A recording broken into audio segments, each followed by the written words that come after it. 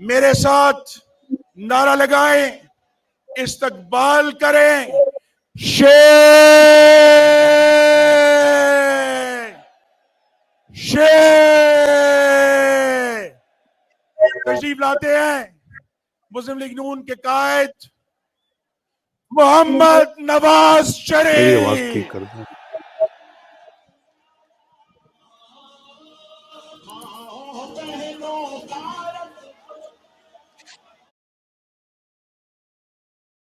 बिस्मिल्लाहिर्रहमानिर्रहीम।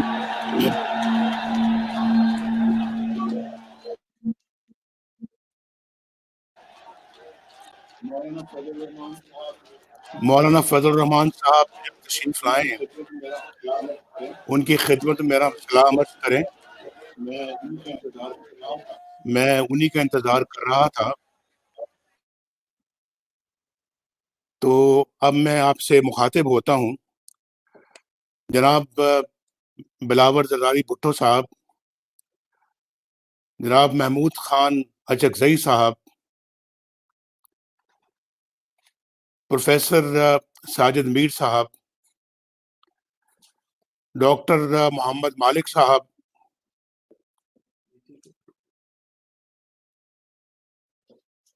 डॉक्टर जहांजेब जमालदीनी साहब, मियाँ इफ्तिखार खान साहब, जनाब अवैस नूरानी साहब, जनाब अहमद नवाज जदून साहब, जनाब शाहिद खाकान अब्बासी साहब,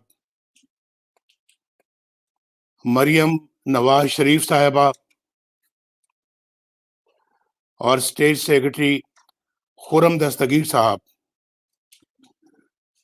और मेरे बहुत ही प्यारे गुजरांवाला के भाइयों, बहनों और बुजुर्गों, अस्सलाम वालेकुम।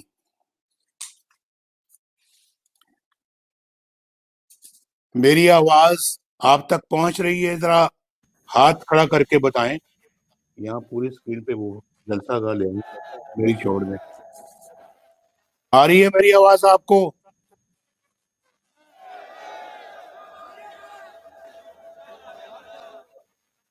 आपको मालूम है कि मेरा आपके साथ क्या रिश्ता है? गुजरांवाला वालों, आपको मालूम है कि नवाज शरीफ का आपके साथ क्या रिश्ता है? आपकी आवाज मुझ तक नहीं पहुंच रही। जरा जोरदार आवाज से बताओ। ये ठीक था। मेरा आपके साथ बड़ा गहरा रिश्ता है और कुछ लोगों की ख्वाहिश है कि मेरी आवाज आप तक ना पहुंचे और आपकी आवाज मुझ तक ना पहुंचे, लेकिन वो अपने मकासद में, अपने मजमूम मकासद में नाकाम रहेंगे, क्योंकि मेरा आपके साथ बड़ा गहरा रिश्ता है, बड़ा अनमोल रिश्ता है। और मैं जब भी गुजरांवाला आया, मुझे आप लोगों ने बड़ी मोहब्बत दी, और आज तो आपने, गुजरांवाला ने कमाल कर दिया है, कमाल। मैं इस मोहब्बत की गरमाइश हजारों मील दूर महसूस कर रहा हूं। गुजरांवाला ने हमेशा नवाज शरीफ के साथ वालेहाना मोहब्बत की है। आज तो आप बेमिसाल मोहब्बत का सबूत दे रहे हैं। और आज आपको मालूम है कि 3 साल के बाद आज मैं आपसे मुखातिब हो रहा हूं। इन 3 सालों में बहुत कुछ बदल गया। मैं जिन चेहरों को हंसता मुस्कुराता छोड़कर गया था, वो चेहरे आज मुझे उदास नजर आ रहे हैं। मैं अपनी माओ, बहनों, बेटियों के चेहरों पर फैली हुई परेशानी देखकर बहुत दुखी हो रहा हूं। क्या बताऊं, दिल तो चाहता है कि नवाज शरीफ आपके दरमियान आकर बैठे, आपसे कहे कि मुझे अपने दिल का हाल सुनाओ, कुछ मेरी सुनो, कुछ अपनी सुनाओ, और आपसे पूछूं कि वो चमकते जमकते चेहरे जो मैं छोड़कर आया था कहां चले गए, उन चेहरों की रौनकें कहां चली गईं, और आप किस हाल में हैं, मुझे बताएं। आप किस हाल में हैं, आप पर क्या बीत रही है, वक्त कैसे गुजर रहा है, अपने बाल बच्चों की सुनाओ, वो किस हाल में है, रोजगार है या नहीं है, चूल्हा जलता है या बुझ गया है, दो वक्त की रोटी भी मिलती है या नहीं मिलती, घर में आटा, चीनी, दाल है या नहीं है, बिजली और गैस का बिल देते वक्त आप पर क्या गुजरती है। सुना है बिजली का बिल देते वक्त आपके आंसू निकल आते हैं, ये बात सही है। अभी चंद दिन पहले मैं लोगों के जज्बात सुन रहा था, टीवी पर भी और सोशल मीडिया पर भी उनकी बातें सुन रहा था, उनके आंसू निकल रहे थे जब वो बिजली की बिल की बात कर रहे थे। लेकिन अब तो सुना है कि दवाइयां भी आपकी पहुंच से बाहर हो गई हैं, और दवाइयां 250% महंगी हो गई हैं। ये बात दुरुस्त है, आपको मेरी आवाज पहुंच रही है। आज गरीब और बीमार आदमी कहां से अपना इलाज करवाता है, कैसे इलाज करवाता है, जो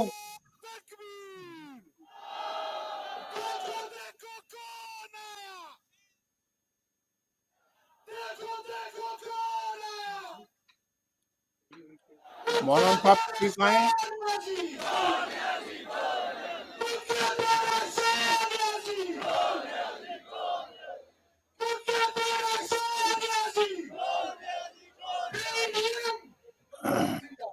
मैं अभी मैं मेरे भाइयों और बुजुर्गों, मेरे भाइयों और बहनों, जरा मेरी बात सुन लें।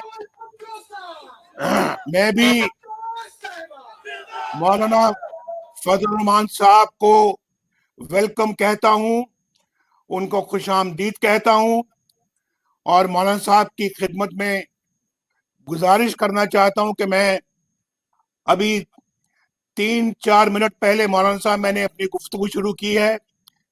मुझे बहुत खुशी है कि आप तशरीफ ले आए हैं, और मैं आपको दिल की गहराइयों से आपको खुशामदीद कहता हूं, अपनी तरफ से भी और ये पीडीएम के जलसे की तरफ से भी और पूरे पंडाल की तरफ से भी। तो मैं बात कर रहा था कि आज तो दवाइयां भी पहुंच से बाहर हो गई हैं, और गुर्दे के मरीज, गरीब मरीज डायलिसिस भी नहीं करा सकते, जो हमारे जमाने में मुफ्त था। और आज सुना है कि 5,000 रुपए वसूल किए जाते हैं इन परेशान हाल गुर्दों के मरीजों से। ये किधर जाए इस महंगाई के तूफान में। तो आज बच्चों को स्कूल भेजने के लिए भी आपके पास पता नहीं फीस है या नहीं है, इलाज कहां से कराएंगे, और बच्चों की किताबों और कपड़ों के लिए पैसे हैं या नहीं है? अभी सर्दियां आ रही हैं, उनके लिए गर्म कपड़ों के लिए आपके पास पैसे हैं या नहीं है? मुझे जरा बताएं, ये पता लगना चाहिए मुझे। और जो लोग किराए के मकान में रहते हैं, वो आजकल किराया कहां से दे रहे हैं? गरीब बेटियों की शादियां कैसे हो रही हैं? सुना है सोने की कीमत 1,10,000 रुपए तोला हो गई है। कोई मुझे बताएगा कि बच्चियों के हाथ कैसे पीले होंगे? कैसे वो अपनी शादी रचा सकेंगे? रुपए की कदर मिट्टी में मिल गई है, मिट्टी में। और जैसे जैसे रुपए की कीमत गिरती है, हर पाकिस्तानी गरीब से गरीब तर होता चला जाता है। बाजार में 100 रुपए लेकर जाने वाला शख्स मुझे बताए कि 100 रुपए में क्या मिलता है, 100 रुपए में कुछ आता भी है या कुछ खरीदा भी जाता है या नहीं। और फिर मुझे बताएं कि मेहनत कशों का क्या हाल है, जिनकी आमदनी 20,000 रुपए या उससे कम है, वो कैसे जिंदगी गुजार रहा है, वो कैसे गुजारा कर रहा है। जो कहते थे हम 1 करोड़ नौकरियां देंगे, उन्होंने तो 1.5 करोड़ लोगों को बेरोजगार कर दिया है। मैंने तो अभी 20,000 रुपए वाले आमदनी के लोगों की बात की थी, लेकिन जो बेरोजगार हैं वो कैसे जिंदगी गुजार रहे हैं? मुझे जरा बताएं। मेरे दिल पे हाथ पड़ता है जब मैं ये सोचता हूं कि जो बेरोजगार हैं, जरिया आमदनी कोई नहीं है, घर का किराया भी देना है, माँ बाप के लिए, बूढ़े लोगों के लिए दवाइयां भी लानी है, बच्चों को स्कूल भी पढ़ाना है, रोजमर्रा के अखराजात भी बर्दाश्त करने हैं, बिजली का बिल भी देना है, गैस का बिल भी देना। वो क्या कर रहा है? वो किसके पास बेचारा जाके अपनी फरियाद करता है? इन्होंने तो कहा था कि हम 50 लाख घर देंगे। मुझे बताया जाए, क्या किसी को एक भी घर मिला है? किसी को एक भी घर दिया है? फिर आज मुझे बताएं कि काश्तकार, उनका क्या हाल है, उनकी गुजरोकात कैसे हो रही है? सुना है खादें बहुत महंगी हो गई हैं, बिजली बहुत महंगी हो गई है। आए दिन रोज सुनते हैं कि आज बिजली इतनी महंगी हो गई, आज इतनी महंगी हो गई। ताजरों का क्या हाल है? ताजर कैसे गुजारा कर रहे हैं? कारोबार चल भी रहे हैं या बंद हैं? सुना है, मैंने सुना है, कारोबारी हालात बहुत खराब हैं। नवाज शरीफ आपके एक एक दुख और तकलीफ से वाकिफ है, उसे आपके एक एक आंसू का एहसास है। यकीन मानिए, नवाज शरीफ का दिल रोता है जब वो देखता है कि गरीब आदमी इन मुसीबतों में गिरफ्तार है। मेरी रातों की नींद चली जाती है जब मुझे ये ख्याल आता है कि आपके बच्चे भूखे सोते हैं। मेरा दिल रोता है जब बिजली का बिल आप पर बिजली बनकर गिरता है। आपको पहुंचाया जाने वाला हर जख्म नवाज शरीफ के दिल पर लगता है। अभी 3-4 रोज पहले मुझे मालूम हुआ कि रोटी 10 रुपए कर दी गई है। क्या ये बात दुरुस्त है? मेरे भाइयों, मुझे बताओ, रोटी वाकई 10 रुपए कर दी गई है?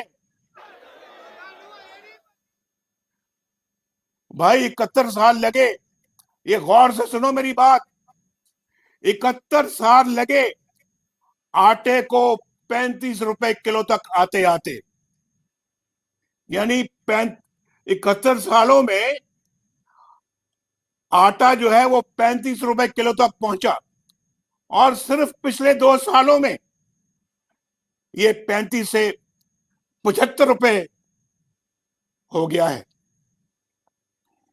मुझे बताएं कि कहां 75 साल, कहां 71 साल, और कहां सिर्फ ये 2 साल। और आज मुझे बताएं कि किस तरह से गरीब गुजारा करता है। एक मजदूर या बेरोजगार एक वक्त में 2 रोटियां भी खाए तो महीने के 1200 रुपए कहां से लाए, और जिसके घर में 6 लोग हों खाने वाले, वो 7,000 रुपए सिर्फ रोटी के लिए, सिर्फ रोटी के लिए कहां से लेकर आएगा, जबकि दालें और सब्जियां भी इस कदर महंगी हो गई हैं कि वो पहुंच से भी बाहर हो गई हैं। जब बच्चों की स्कूल फीस अदा करने का वक्त आता है, यहां बैठे हुए हैं आप, बहुत सारे बच्चों के बाप यहां पर बैठे हुए हैं, तो जब अपने बच्चों की स्कूल फीस अदा करने का वक्त आता है तो बाप को समझ नहीं आती कि बच्चों की तालीम जारी रखे या उनके मुंह में नवाला डाले, उनके मुंह में खाना डाले। इस हुकूमत ने गरीब अवाम को जीते जी मार दिया है। ना जाने किस मुंह से ये लोग मीडिया पर आते हैं, बेशर्मी के साथ इधर उधर की कहानियां सुनाकर चले जाते हैं। आप रोज ये तमाशा देखते हैं टेलीविजनों के ऊपर। भाई, आपको गुजरांवाला के मेरे भाइयों, आपको मालूम होना चाहिए, मैं आपसे पूछ रहा हूं, इन तमाम मुसीबतों का जिम्मेदार कौन है? इस सारी तबाही का मैं किसके साथ इल्जाम दूं? गुजरांवालों के मेरे भाइयों साथियों, इस बर्बादी पर अवाम किसका गिरेबान पकड़े? इमरान नियाजी का या फिर उसके लाने वालों का? इसका जवाब आप भी सोच समझ कर दें। इमरान नियाजी का या फिर उसके लाने वालों का गिरेबान पकड़े? किसका गिरेबान पकड़े? मैं किसके हाथ पे अपना लहू तलाश करूं? आप बताएं, गुजरांवाला के भाइयों और बहनों, असल कसूरवार कौन है? आपका वोट किसने चोरी किया? इलेक्शनों में किसने धांधली की? पोलिंग एजेंटों को किसने निकाल बाहर किया? जो वोट आपने डाला था वो किसी और के डब्बे में कैसे पहुंच गया? किसने पहुंचाया? किसने पहुंचाया? आपके वोटों पर 2-2 मोहरें किसने लगाई? और फिर रात के अंधेरे में आरटीएस किसने बंद किया? नताइज, इलेक्शनों के नताइज क्यों रोके रखे गए? बताएं मुझे, आप क्यों रोके रखे गए? इसका जवाब चाहिए हमें। क्यों बैन अवी इदारों ने इलेक्शन की शफाफियत पर उंगलियां उठाई और हारी हुई पीटीआई को किसने जितवाया? वोट आपकी एक मुकद्दस अमानत है। आपकी इस अमानत में किसने खयानत की? मुझे पता लगना चाहिए और आपको भी पता लगना चाहिए। ये हमारा सवाल है, इसका जवाब हम लेकर छोड़ेंगे। किसने सिलेक्टेड हुकूमत बनवाने के लिए हॉर्स ट्रेडिंग का बाजार दोबारा गर्म किया? और किसने अवाम के इंतखाब को रद्द करके अपनी मर्जी की हुकूमत बनाई? नालायक और नाहिल इमरान नियाजी को किसने वजीर आजम बनाया? बताएं, किसने बनाया? गुजरांवाला गुजरांवाला वालों, बताओ उंगली किसकी तरफ उठती है? किसकी तरफ उठती है उंगली, बताओ। आप बताएंगे या फिर मैं बताऊं? और डरेंगे नहीं आप। अगर डरेंगे, जो डर गया वो मर गया। डरना नहीं है। और गुजरांवाला के आवाम तो वैसे कभी नहीं डरते। गुजरांवाला के आवाम तो बड़े दिलेर लोग हैं, जुर्रतमंद हैं, शेर हैं, शेर। आज आप गीदड़ नहीं है, आप गाय भैंसे नहीं है, आप भेड़ बकरियां नहीं है कि जिधर कोई हांकेगा आप हांके जाएंगे, जिधर कोई चलाएगा आप चलते जाएंगे। आप बाज़मीर लोग हैं, बाज़मीर। आप अपना जमीर कभी नहीं बेचेंगे। आज खड़े होना होगा, आज उठना होगा। जिसने पाकिस्तान के साथ या आपके साथ ये जुल्म किया है, उसके खिलाफ सीसा पिलाई हुई दीवार बन के आपको खड़ा होना होगा। और इसका आगाज गुजरांवाला के अवाम आज करेंगे इंशाल्लाह। और ये लहर पूरे पाकिस्तान में फैलेगी। बोलो गुजरांवाला वालों, आप इसका आगाज यहां से करोगे आज? जरा जोर से बताओ कि आवाज टीवी की तरह कम आ रही है। आप मुझे बताएं, पिछले 73 साल से मुतवातर मुल्क के हालात खराब होते जा रहे हैं।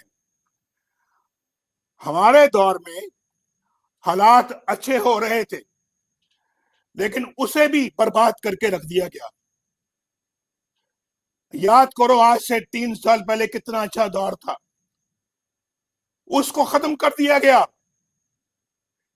इस सियासी अदम इस्तेकाम ने मैशत को संभलने नहीं दिया और अवाम की कमर तोड़कर रख दी। इसकी क्या वजह है? क्यों पाकिस्तान में कानून की हुक्मरानी ना आ सकी? क्यों अवाम इंसाफ से महरूम है? कई लोग क्यों इंसाफ हासिल करने की तगोदो करते रहे, दुनिया से रुखसत हो गए। और दूसरी तरफ एक मखसूस तबका, उसकी तरफ कोई आंख उठाकर नहीं देख सकता। क्यों आइन को तोड़ने वाले, क्यों आइन शिकन दंदनाते फिरते हैं, लेकिन उनसे कोई पूछने की जुर्रत नहीं कर सकता। ये दोहरा मेयार ये पाकिस्तान में नहीं चलेगा। अब ये नहीं चलेगा और ना हम चलने देंगे इसको। गुजरांवाला के अवाम, इस बात का अहद करो नवाज शरीफ के साथ।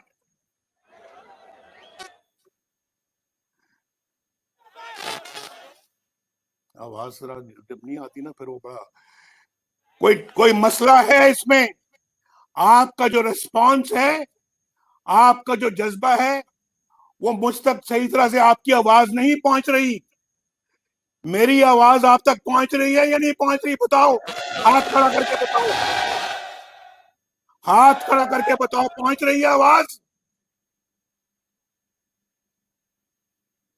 आपकी आवाज मुझ तक नहीं पहुंच रही, लेकिन अगर मेरी भी पहुंच रही है तो ठीक है, अच्छी बात है। मुझे बताओ कि यहां पे एक डिक्टेटर को आइन शिकनी पर सजा मिली, लेकिन उस अदालत को भी उड़ा दिया गया हवा में। और दूसरी तरफ आपके मुंतखब नुमाइंदों से हमेशा बुरा सलूक किया जाता है। क्यों आपके मुंतखब वज़ीर आज़म के साथ तज़ीक आमेज सलूक किया जाता है? क्यों उन्हें काम नहीं करने दिया जाता? क्यों आपके मुंतखब वज़ीर आज़म को अपने 5 साल पूरे नहीं करने दिए जाते? क्यों जगह जगह उनके रास्ते में रोड़े अटकाए जाते हैं? कभी धरना करवाकर रास्ता रोका जाता है, कभी डॉन लीक्स बनाकर, और कभी रिजेक्टेड कहकर वजीर आजम के अहकामात को रद्द कर दिया जाता है। मैं हैरान होता हूं कि जितना वक्त इन आइन तोड़ने वालों ने साजिशों पर जाय किया, उसका आधा वक्त भी अगर दिफा पर सर्फ किया जाता तो मुल्क बहुत सी कबातों से बच जाता। उसके बाद क्या होता है? उसके बाद पनामा की साजिश होती है। पनामा का कोई और मकसद नहीं था, सिर्फ एक कि मुल्क को कमजोर करना और हुकूमत को गिराना, नवाज शरीफ को निकलवाना, नवाज शरीफ को डिस्क्वालीफाई करना। इस सब के बावजूद हमने अल्हम्दुलिल्लाह इन धरनों के बावजूद, इन मुश्किलात के बावजूद, आप गवाह हैं गुजरांवाला वालों, ना सिर्फ हमने काम करके दिखाया बल्कि दुनिया से भी अल्लाह के फजलो करम से अपना लोहा मनवाया। अल्हम्दुलिल्लाह हमने सस्ती बिजली बनाकर पाकिस्तान को अंधेरों से निकाला, मुल्क में अमन कायम किया, दहशतगर्दी खत्म की, कारोबार चलना शुरू हो गया और गुर्बत और बेरोजगारी खत्म होना शुरू हो गई। अस्पताल, स्कूल और यूनिवर्सिटियां बन रही थी, मोटरवेज और हाईवेज बन रहे थे। आज बलूचिस्तान से, सिंध से, केपीके से, पंजाब से और वहां से भी, चित्राल से भी लोग आए हैं, इस जलसे में आए हैं, कायदीन आए हैं और हमारे कायदीन के साथ उनके वर्कर्स भी आए हैं। पूछें कि माशाल्लाह मोटरवे पेशावर से लेके तो सिंध तक पहुंच गई है। उधर बलूचिस्तान में हाईवेज पे तामीर हो रही है, वहां पे जो टनल हमारी चित्राल वाली जो है लवारी टनल, वो बन गई है, हजारा मोटरवे बन गई है। ये सब काम अल्लाह के फजलो करम से हमने अपने ये 3-4 सालों में किए। बिजली के इतने बड़े बड़े कारखाने लगा दिए, ये सारा काम किया और अल्लाह के फजलो करम से आज हमें उसकी खुशी है। अगर पाकिस्तान को उसी तरह चलने दिया जाता, आज पाकिस्तान तरक्की का एक मरकज बन चुका होता इस खिते में। पाकिस्तान की तरक्की को दुनिया तस्लीम कर रही थी, दुनिया। पाकिस्तानी रुपया दूसरी तमाम करेंसियों में इस खिते में मुस्तहकम था।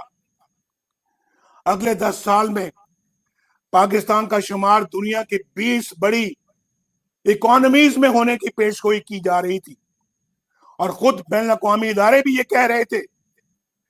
वर्ल्ड बैंक और IMF भी पाकिस्तान की तरक्की को तस्लीम कर रहे थे। ये कि ये तरक्की अफसोस अफसोस दर अफसोस, ये तरक्की अवाम का मैंडेट चोरी करने वालों को रास नहीं आई। उनसे बर्दाश्त नहीं हुआ कि नवाज शरीफ अपने मिशन में कामयाब हो जाए और वोट को इज्जत मिल जाए। नवाज शरीफ अकेला नहीं था, हमारे PDM के लीडर्स भी बहुत सारे नवाज शरीफ के साथ थे, उस हुकूमत में उनका भी हिस्सा था। वो आज स्टेज पर बैठे हुए हैं, तो उनको ये रास नहीं आया कि इनकी हुकूमत कामयाब हो जाए और वोट को इज्जत मिले। आपने 2-2.5 साल इन लोगों को भुगता है। आज आपको मालूम हो चुका है गुजरांवाला के मेरे दोस्तों कि वोट को इज्जत दो की क्या अहमियत है। वोट को इज्जत दो किसको कहते हैं? आज आपको इसका एहसास हो रहा है या नहीं हो रहा? मुझे आवाज देकर बताओ।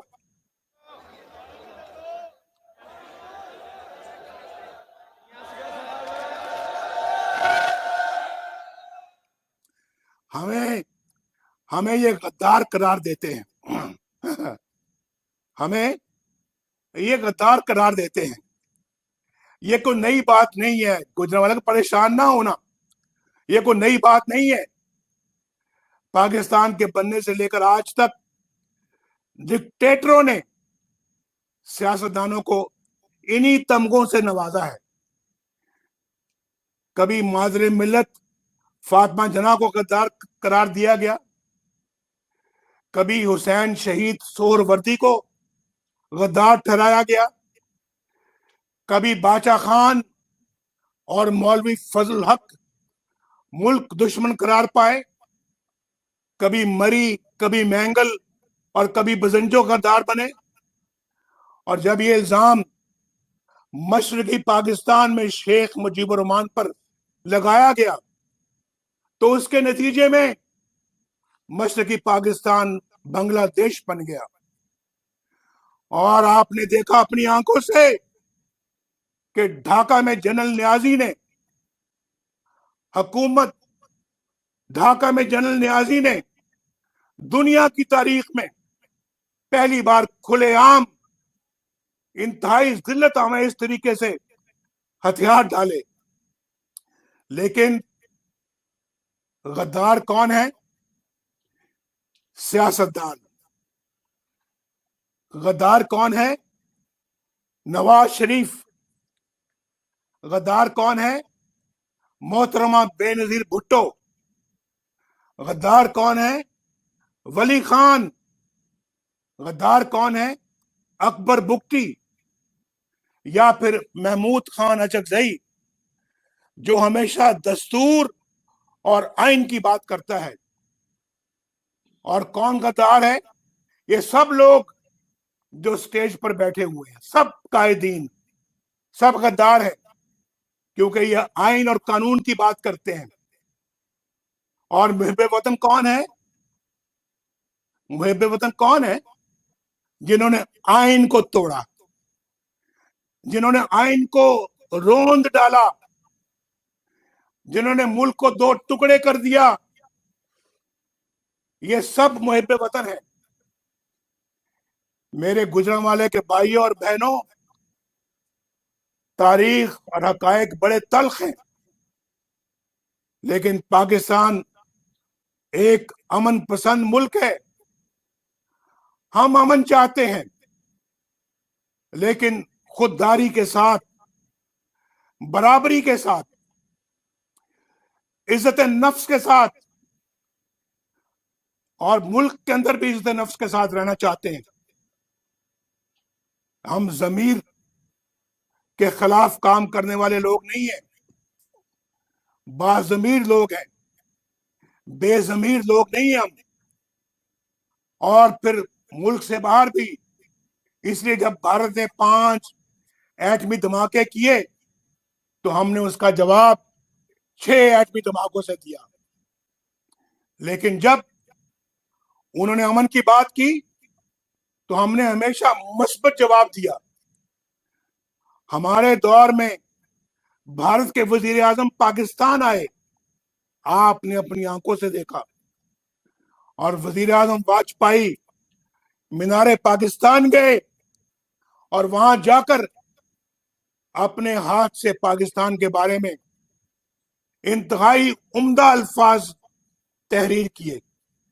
कोई जाके विजिटर्स बुक को जाके पढ़े, उसे भारत को पढ़े और फिर बताए कि क्या वो पाकिस्तान बेहतर था या आज का पाकिस्तान। क्यों आज दुनिया हमारी बात सुनने को तैयार नहीं है? क्यों हम एतबार इस कदर खो चुके हैं कि हमारे करीबी दोस्त ममालिक भी आज हमारे साथ नहीं है? सऊदी अरब, जो हमारा बहुत काबिल एतमाद दोस्त है, भाइयों से बढ़कर भाई है, क्यों हमने उसे इतना खफा कर दिया कि वो आज हमारी बात, हमसे बात करने को तैयार नहीं है? तमाम तर अक़वाम मुत्तहिदा की करारदादों के होते हुए भी क्यों हम आज निहत्ते कश्मीरियों पर होने वाले मुजालिम के खिलाफ आवाज उठाने के काबिल नहीं है। भारत ने एकतरफा तौर पर कश्मीर को अपना हिस्सा करार दे दिया। क्यों हम एक करारदाद भी पेश नहीं करवा सके? उल्टा अपने ही वजीर आजम आजाद कश्मीर पर गद्दारी का मुकदमा दर्ज करा दिया। ये क्या है? क्या ये आपको जमीर फरोशी कबूल है? ये कश्मीर फरोशी क्या ये आपको कबूल है? मैंने अपने 35 साल सियासी कैरियर में गुजरांवाला के दोस्तों इससे ज्यादा करप्ट हुकूमत नहीं देखी।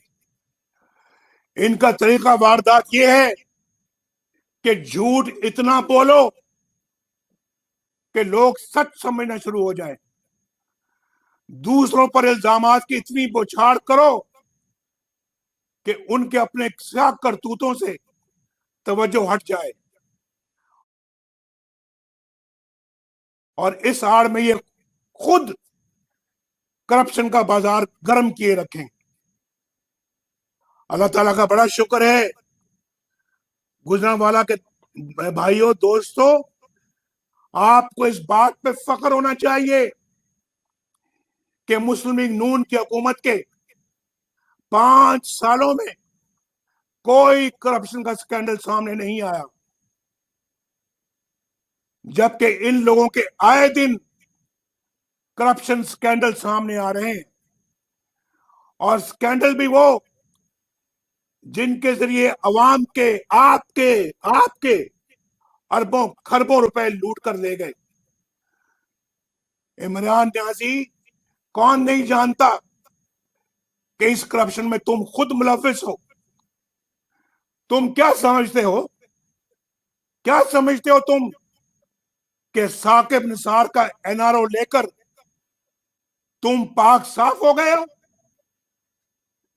तुम्हें बनी गाला और लाहौर में जमान पार्क की अरबों रुपए की जायदाद की रसीदें देनी पड़ेंगी। तुम क्या समझते हो कि साकिब निसार का एनआरओ लेकर अलीमा खान हिसाब देने से बच जाएंगी? क्या अरबों की फंड रेजिंग के मामला बिला तहकीक ही रह जाएंगे? तुम क्या समझते हो कि फॉरेन फंडिंग केस पर कोई तुमको एनआरओ दे सकेगा, जबकि तुम्हारी अपनी पार्टी के लोग खुद तुम्हारी करप्शन के गवाह हैं?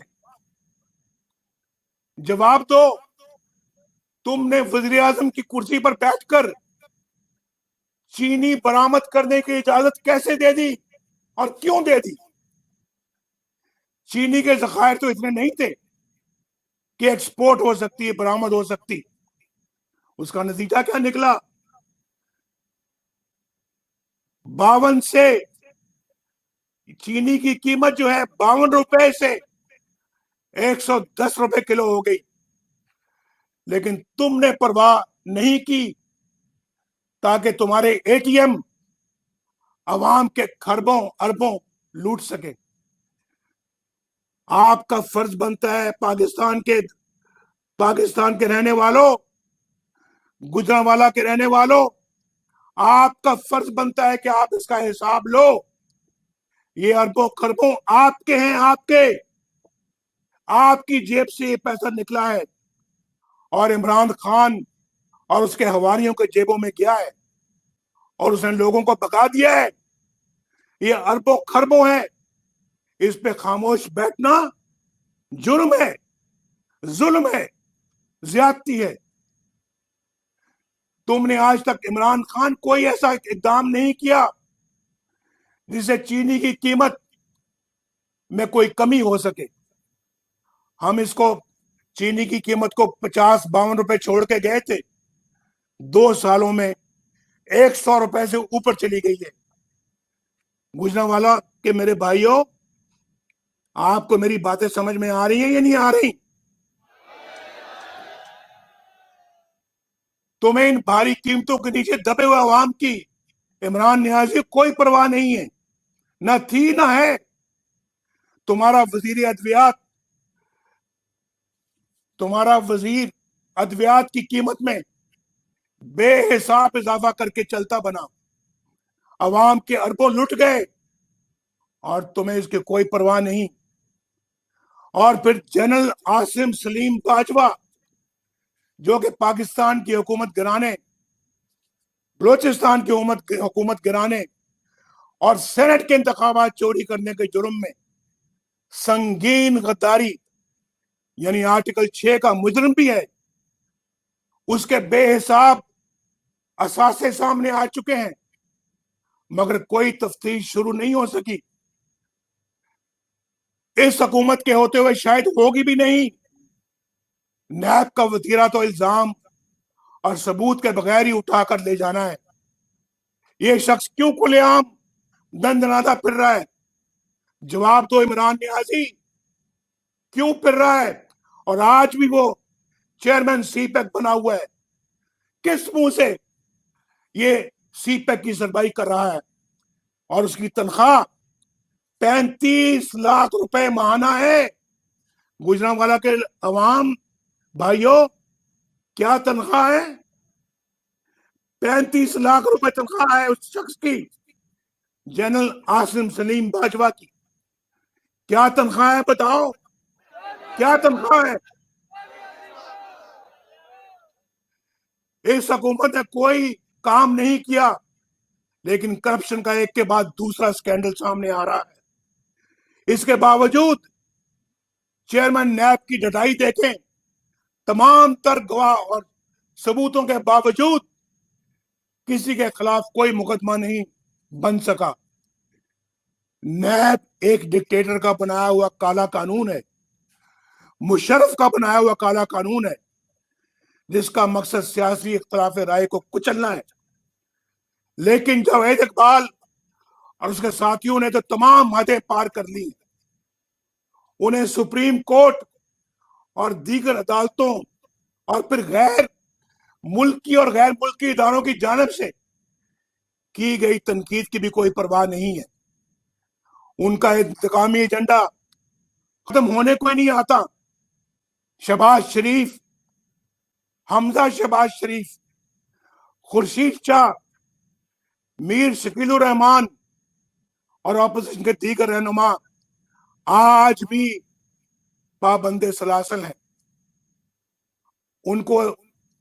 उनको या खुद आपको भी यह मालूम नहीं कि उनका जुर्म क्या है। और जावेद इकबाल, कब तक आप एक मफाद प्रस्त टोले के मफादात के मुहाफिज बनकर बैठे रहोगे? कब तक उनके इंतजामी एजेंडे पर अमल करते रहोगे? कब तक बेगुनाहों को न्याय की चक्की में पीसते रहोगे? कब तक तुम इमरान नियाजी और आसिम बाजवा जैसों की करप्शन को तहफ्फुज देते रहोगे? याद रखो, तुम्हारा भी यौम हिसाब आएगा और बहुत जल्द आएगा। ये गुजरांवाला का जलसा, ये कायदीन, ये सब गवाह, इंशाल्लाह गवाह रहना, इनका भी यौम हिसाब आएगा और जल्द आएगा। मेरे भाई और बहनों, आइन से इजराफ सिर्फ माशाल्लाह की शक्ल में नहीं होता। हर आइन शिकनी इंतहा दर्जे की संगीन होती है। लिहाजा जब जबरदस्ती मीडिया का मुंह बंद कर देते हैं, ये भी आइन शिकनी है। जब आप केबल ऑपरेटर्स को हरासा करके अपनी मर्जी के चैनल चलवाते हैं, तो ये भी आइन शिकनी है।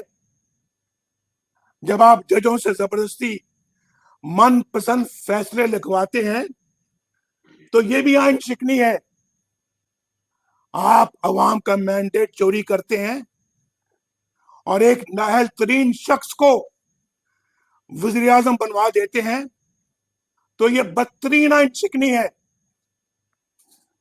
याद रखिए, एक आइन तोड़ने वाले शख्स के साथ साथ वो तमाम लोग भी आइन शिकनी के मुर्तकिब होते हैं। जो उसकी मदद करते हैं या उसका हुक्म मानते हैं। गुजरांवाला के मेरे भाइयों बहनों, आज आपकी तमाम तर परेशानियों और तकलीफों का जिम्मेदार वही लोग हैं जिन्होंने आपको अपने जाती मफादात और इख्तियारात की भींट चढ़ाया है। यही वो लोग हैं जो तमाम मसाइल के जिम्मेदार हैं, और यही वो लोग हैं जो अपने मफादात के लिए पाक फौज को मुतनाज़ा बनाने के दरपे हैं। हम नहीं, अवाम नहीं, ये हैं वो चेहरे जो पाक फौज को बदनाम करते हैं और मुतनाज़ा करते हैं। नवाज शरीफ का उन बहादुर कौम के बेटों और सिपाहियों को सलाम जो फलक पोश पहाड़ों और सरहदों पर अपनी जानों का नजराना पेश करते हैं। कल ही वजीरिस्तान और बलूचिस्तान में 20 शहादतें हुई। कौम का हर फर्द सोगवार है। मेरे ये मुजाहिद भाई और बेटे, ये शहीद और शोहदा, ये फौज की इज्जत बनाते हैं, ये कौम की इज्जत बनाते हैं। इन्हें कौम सलाम पेश करती है। इनकी माओं को, इनके वालिदैन को कौम सलाम पेश करती है। तुम कौम के हीरो हो। नवाज शरीफ तुम्हारा एहसानमंद है। कौम तुम्हारी ममनून है। कौम तुम पर फख्र करती है। मगर चंद लोग कहते हैं कि हम आइन और कानून के ताबे हैं और सियासत में हिस्सा नहीं लेते। तो फिर मेरा सवाल ये है कि वो कौन लोग थे जिन्होंने प्राइम मिनिस्टर हाउस पे चढ़ाई करके नवाज शरीफ को गिरफ्तार किया था, हुकूमत को तोड़ा था और उठा के नवाज शरीफ को काल कोठरी में डाल दिया था? वो कौन लोग थे जिन्होंने 4 दफा मुल्क में मार्शल लॉ लगाया? कौन थे वो लोग? और वो कौन लोग हैं जिन्होंने स्टेट अबव द स्टेट बना ली हुई है? कौन इसका जिम्मेदार है? मुल्क में 2 मुतवाज़ी हुकूमतों का कौन जिम्मेदार है? जैसे शौकत अजीज सिद्दीकी जो कह रहे हैं, उसका कौन जिम्मेदार है? मेरे पास वो वीडियो है जो किसी वक्त मैं आपको सुनाऊंगा इंशाल्लाह। मैं ट्विटर पे फिर डालूंगा, उसको आप सुनिएगा। वो क्या कह रहा है? जैसे काजी फायदी साहब और उनके अहले खाना के साथ होने वाली नाइंसाफियों का कौन जिम्मेदार है? इस मीडिया की जुबानबंदी का कौन जिम्मेदार है? सेनेट के इंतखाबात पर डाका डालने का कौन जिम्मेदार है? इलेक्शन से पहले जोड़ तोड़ और हॉर्स ट्रेडिंग का कौन जिम्मेदार है? सहाफियों को अगवा करके तशद्दुद करने का कौन जिम्मेदार है? इमरान नियाजी की इस नाइल हुकूमत की तबाहकारियों का कौन जिम्मेदार है? जनरल कमर जावेद बाजवा साहब, ये सौगात आप ही की दी हुई है। आप ही इस मुसीबत की मारी कौम की परेशानियों का मूजिब है।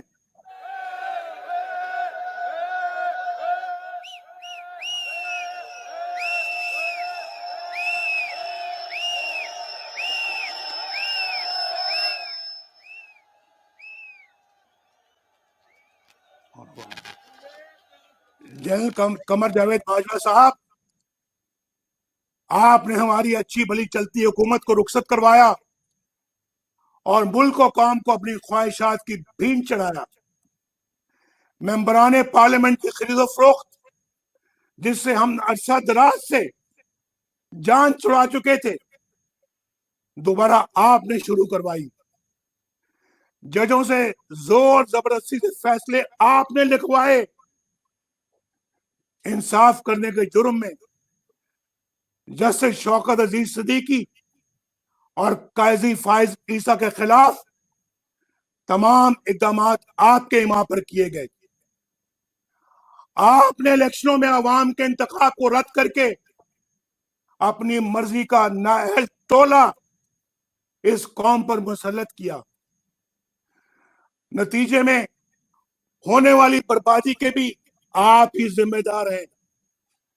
जनरल बाजवा साहब, जवाब आपको ही देना पड़ेगा। आपको बिजली का बिल बिजली बनकर बिजली का बिल बिजली बनकर गरीब पर गिर रहा है।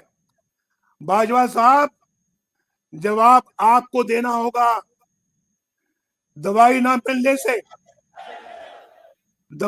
मिलने से मेरे पाकिस्तान का गरीब मर रहा है।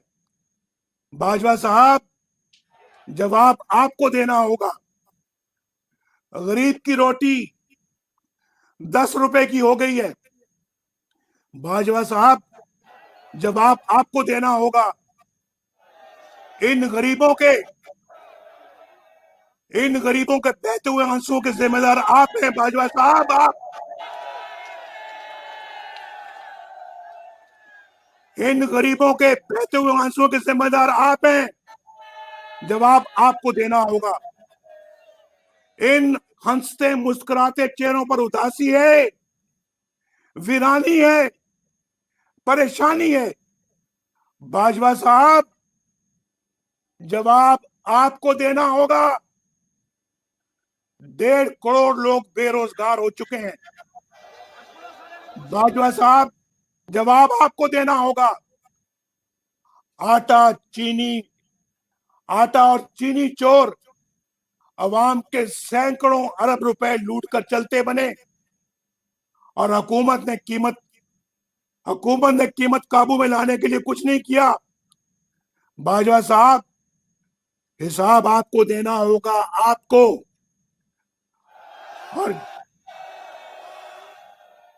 और जनरल फैज, ये सब कुछ आपके हाथों से हुआ है। जवाब भी आपको देना होगा। आपने नवाज शरीफ को बागी कहना है, जरूर कहिए। गद्दार कहना है, जरूर कहिए। इश्तिहारी कहना है, जरूर कहिए। हाई जैकर कहना है, जरूर कहिए। नवाज शरीफ के असासे जायदाद जब्त करनी है, जरूर कीजिए। नवाज शरीफ के खिलाफ झूठे मुकदमात बनाने हैं, जरूर बनाइए। लेकिन नवाज शरीफ अपने गरीब और मजलूम आवाज की आवाज बनता रहेगा।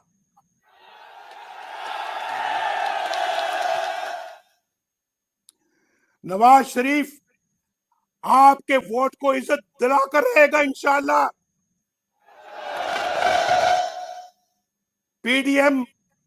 पीडीएम तुमसे वोट को इज्जत दिलाकर रहेगी इंशाअल्लाह। गुजरांवाला वालों, मौलाना फजल रहमान वोट को इज्जत दिलाकर रहेगा। बिलावल जरदारी भुट्टो वोट को इज्जत दिलाकर रहेगा। महमूद खान अचकजई वोट को इज्जत दिलाकर रहेगा। साजिद मीर, डॉक्टर मालिक, जहां से जमालदीनी वोट को इज्जत दिलाकर रहेंगे। मियां इफ्तिखार, अवैस दुरानी, अहमद नवाज जदून, मरियम नवाज शरीफ, शाहिद खकान अब्बासी वोट को इज्जत दिलाकर रहेंगे। और गुजरांवाला वालों, आप भी वोट को इज्जत दिलाकर रहेंगे। क्या गुजरांवाला वाले इस जदोजहद में मेरा साथ दोगे?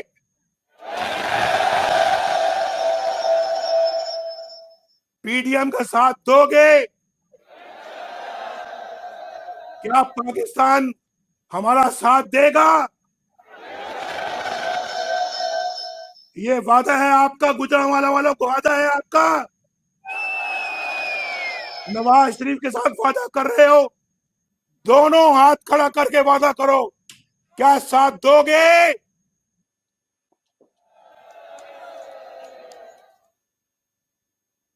पाकिस्तान पाइंदाबाद।